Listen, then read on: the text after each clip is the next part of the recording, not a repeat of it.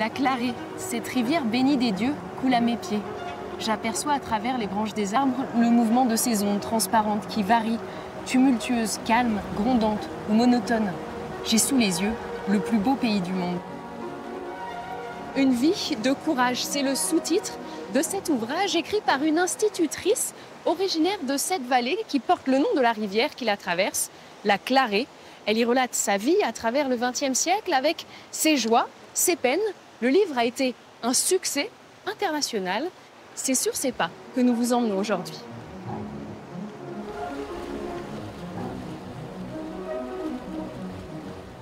À l'entrée du village, après la stèle, voici son ancienne maison, au cœur de Val-des-Prés. Sa famille y vit toujours. Bonjour. Bonjour. Vous êtes Christophe, le petit-fils. Le petit-fils. Et ça, vous, le fils d'Émilie et la belle-fille. D'accord. La maman de ce beau garçon. Il faut le lire, ça. Hein. C'est quand même un livre qui a eu un succès terrible. Il est traduit en, je crois que 7 langues. Donc elle a vécu ici. Émilie, elle était comment? Quel type de femme c'était? Et elle était petite, mais attention, hein. Ben, elle a eu une enfance très difficile. Et je pense que depuis toute petite, elle a su se battre pour sortir de tout ça. Quand on lit la dureté de la vie à l'époque, on voit qu'en 2 générations, pour vous, elle a vraiment changé la vie. C'est sûr qu'on a des facilités pour un petit peu tout.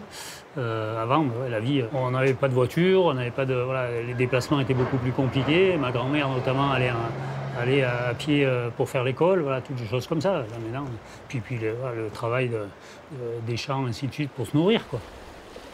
Puisqu'il faut finir, que dire de plus?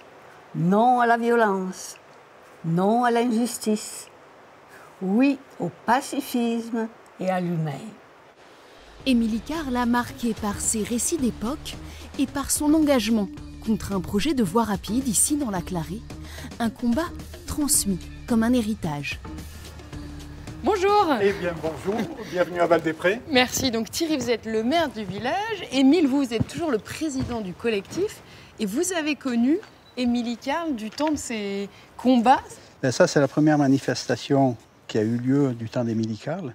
Et c'est la première que j'ai faite au début de ma vie, quoi, parce que je dois avoir autour de 17 ans.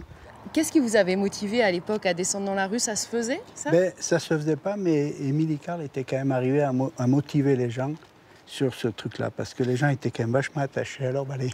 Le problème, c'est qu'une fois que vous avez une route, elle ne part pas. Là, elle n'y est pas. Elle nous dit « Il ne faut pas qu'un projet pareil puisse se réaliser. Nous devons agir et nous défendre, et le plus tôt sera le mieux. » Voilà, c'est été, je pense, la ligne de conduite du collectif et des habitants. Le collectif a continué sa veille jusqu'à obtenir le classement de cette vallée, désormais protégée. Si le livre d'Émilie Carle s'appelle « Une soupe aux herbes sauvages », c'est qu'ici, dans la Clarée, la nature a toujours nourri ses habitants. Et on va le découvrir demain, ce savoir, il est encore bien vivant.